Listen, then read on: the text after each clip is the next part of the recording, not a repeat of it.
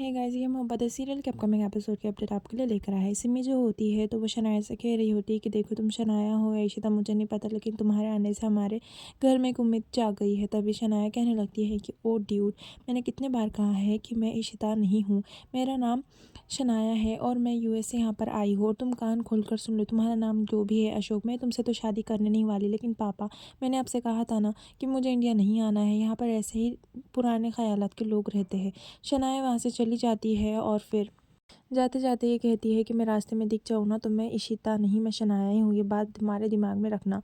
यहाँ पर हमें दिखाया जाएगा शनाया बाहर निकलती है तो उसकी टक्कर हो जाती है वधु को देखकर वो एकदम हैरान हो जाती है, जिसे लेकर आता है सागर को वधु की हालत देखी नहीं जा रही होती। यहाँ पर जो रमन होता है तो कॉल पर बात कर रहा होता है कि तुमने सब कुछ संभाल लिया, थैंक यू सो मच। यहाँ पर हमें दिखाया जाएगा वहीं पर आ जाती है निधि और निधि बहुत लड़ाई कर रही होती है, कहने लगती है कि शादी का मुहूर्त निकला जा रहा है, तुमने कैंसिल क्यों कर दी?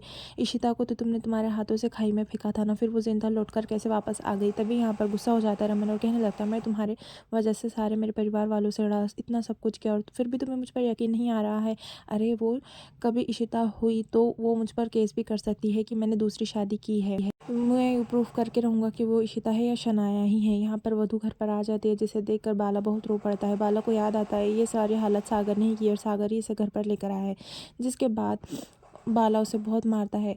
जो वधु होती है वो एक अल्कोहलिक औरत बन जाती है, वो सिर्फ शराब ही पी रही होती है, डिप्रेशन का शिकार हो जाती है। बाला बहुत रो रहा होता है, उसे दिलासा देने के लिए रमन वहाँ पर आता है, देखता है कि बाला इस तरीके से रो रहा है तो वो उसे कुछ नहीं कहता।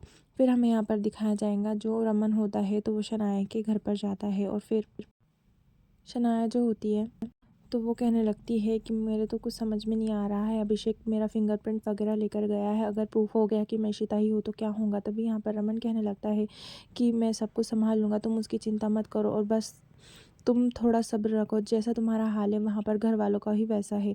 यहाँ पर रूही रो रो कर कह रही होती है कि वो इशिता मम्मा ही थी, मुझे पता है, बताओ ना पापा इशिता मम्मा ही थी ना? तभी रमन गुस्से से कहता है कि मैंने कहा ना तुम्हें कि वो इशिता नहीं थी।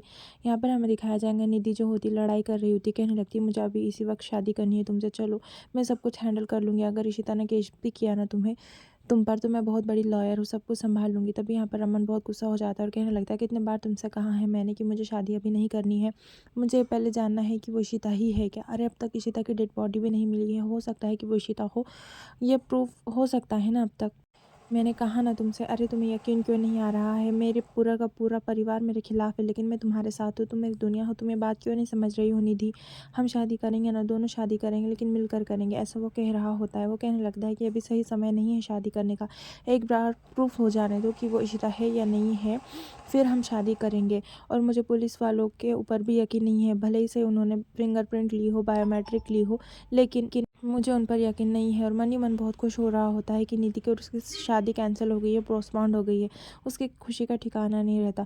यहाँ पर हमें दिखाया जाएगा बाला सागर को मार रहा होता है तो उन्हीं जख्मों पर मरहम लगाता हुआ नजर आता है अशोक। और फिर अशोक से वो कहने लगता है कि तेरे चेहरे पर ये निशान कैसा? तभी वो कहने लगता है वो शनाया ने ना मुझे थप्पड़ मार दिया। तभी यहाँ पर हमें दिखाया जाएगा सागर कहने लगता है मैं भी वहाँ पर होता ना तो मैं भी तुझे एक लगा देता।